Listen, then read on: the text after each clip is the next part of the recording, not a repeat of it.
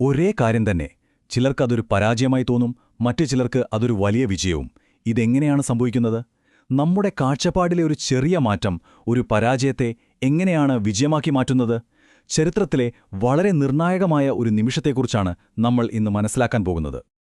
അപ്പോ ഇതാണ് നമ്മുടെ ഇന്നത്തെ പ്രധാന ചോദ്യം. ഒറ്റനോട്ടത്തിൽ നോക്കുമ്പോൾ ഒരു സമ്പൂർണ്ണ പരാജയമായി തോന്നുന്ന ഒരു ഡീൽ ശരിക്കും പറഞ്ഞാൽ ഒരു ഉഗ്രൻ സ്ട്രാറ്റജിക് നീക്കമാകാൻ പറ്റുമോ? പ്രത്യക്ഷത്തിലുള്ള നഷ്ടങ്ങൾ ചിലപ്പോൾ ദീർഘകാലത്തേക്ക് വലിയ നേട്ടങ്ങൾ കൊണ്ടുവരുമോ? ഈ ഒരു ആശയമാണ് നമ്മൾ ഇന്ന് ചർച്ച ചെയ്യുന്ന സംഭവത്തിന്റെ കാതൽ. അപ്പോൾ ഈ കഥ എവിടുന്ന് വന്നുവെന്നറിയാമോ? നിങ്ങളൊരു പക്ഷെ വിശ്വസിക്കില്ല. ഇത് 4ാം ക്ലാസ്സിലൊരു മദ്രസ പാഠപുസ്തകത്തിൽ നിന്നുള്ളതാണ്. ലളിതമായി പഠിപ്പിക്കുന്ന ഈയൊരു പാഠത്തിൽ ഒരുപാട് തന്ത്രപരമായ നീക്കങ്ങൾ ഒളിഞ്ഞിരിക്കുന്നുണ്ട്. ശരിക്കും നമ്മൾ അത്ഭുതപ്പെടുത്തും. ശരി, അപ്പോൾ നമുക്ക് നേരെ കഥയിലേക്ക് കടക്കാം, അല്ലേ? എല്ലാം തുടങ്ങുന്നത് സമാധാനപരമായൊരു യാത്രയോടെയാണ്. പക്ഷേ ആ യാത്ര പാതി വഴിയിൽ തടസ്സപ്പെടുകയാണ്. അപ്പോൾ സംഭവം നടക്കുന്നത് ഹിജ്റ 6ാം വർഷമാണ്. മുഹമ്മദ് നബിയും കൂടെ ഏകദേശം 1500ഓളം അനുയായികളും മദീനയിൽ നിന്ന് മക്കയിലേക്ക് യാത്ര തിരിക്കുകയാണ്. അവരുടെ ലക്ഷ്യം വളരെ സിമ്പിളായിരുന്നു. യുദ്ധം ചെയ്യാനോ പ്രശ്നമുണ്ടാക്കാനോ ഒന്നുമല്ല, സമാധാനപരമായി ഉംറ ചെയ്യണം, അത്രമാത്രം. പക്ഷേ ഹുദൈബിയ എന്ന സ്ഥലത്ത് വെച്ച് ഖുറൈശികൾ അവരെ തടഞ്ഞു. ഒന്ന് ആലോചിച്ചു നോക്കൂ, ആ ഒരവസ്ഥ. ഒരു വശത്ത് ഒരു തീർത്ഥാടനത്തിന് വന്ന വലിയൊരു സംഘം, അവരുടെ കയ്യിൽ ആയുധങ്ങളൊന്നുമില്ല. മറുവശത്ത് അവരെ എന്തു വില കൊടുത്തും തടയാൻ നിൽക്കുന്ന ഖുറൈശികളും. അവിടെ ഒരു യുദ്ധം പൊട്ടിപ്പുറപ്പെടാൻ അധികം സമയമൊന്നും വേണ്ട. അപ്പോൾ ആ ഒരു ഏറ്റുമുട്ടൽ എങ്ങനെ ഒഴിവാക്കാം? അതായിരുന്നു അവർക്ക് മുന്നിലുണ്ടായിരുന്ന ഏറ്റവും വലിയ ചോദ്യം.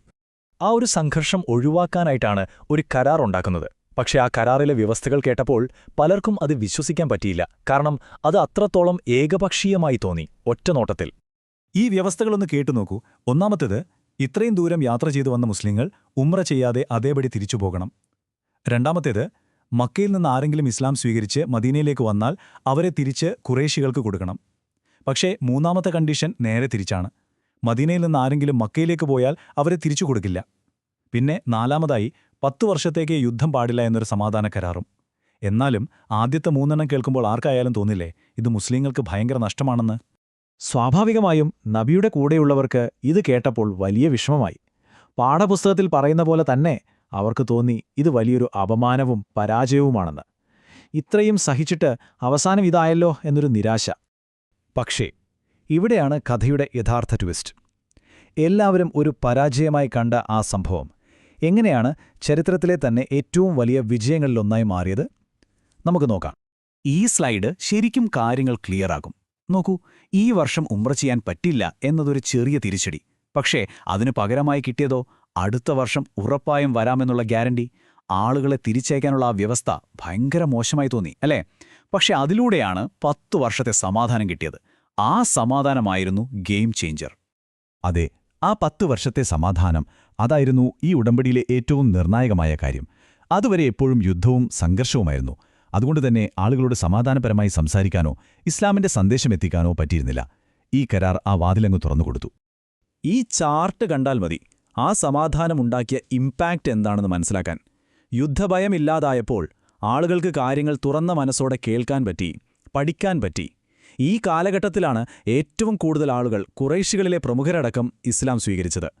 ആ സമാധാന ഉടമ്പടി ഇല്ലായിരുന്നെങ്കിൽ ഇത് നടക്കുമായിരുന്നോ? സംശയമാണ്. അപ്പോൾ ഈ ചരിത്ര സംഭവം നമ്മളെ പഠിപ്പിക്കുന്നത് ഒരൊറ്റ കാര്യമാണ്. നമ്മൾ ഒരു കാര്യത്തെ എങ്ങനെ നോക്കിക്കാണുന്നു എന്നതിലാണ് എല്ലാം ഇരിക്കുന്നത്. നമ്മുടെ കാഴ്ചപ്പാട്. ഏറ്റവും രസമുള്ള കാര്യം എന്താണെന്ന് വെച്ചാൽ, ഈ 4ാം ക്ലാസ്സിലെ പാഠപുസ്തകം തന്നെ കുട്ടികളെ ചിന്തിപ്പിക്കാൻ പ്രേരിപ്പിക്കുന്നുണ്ട്. വെറുതെ കഥ പറഞ്ഞു പോവുകയല്ല.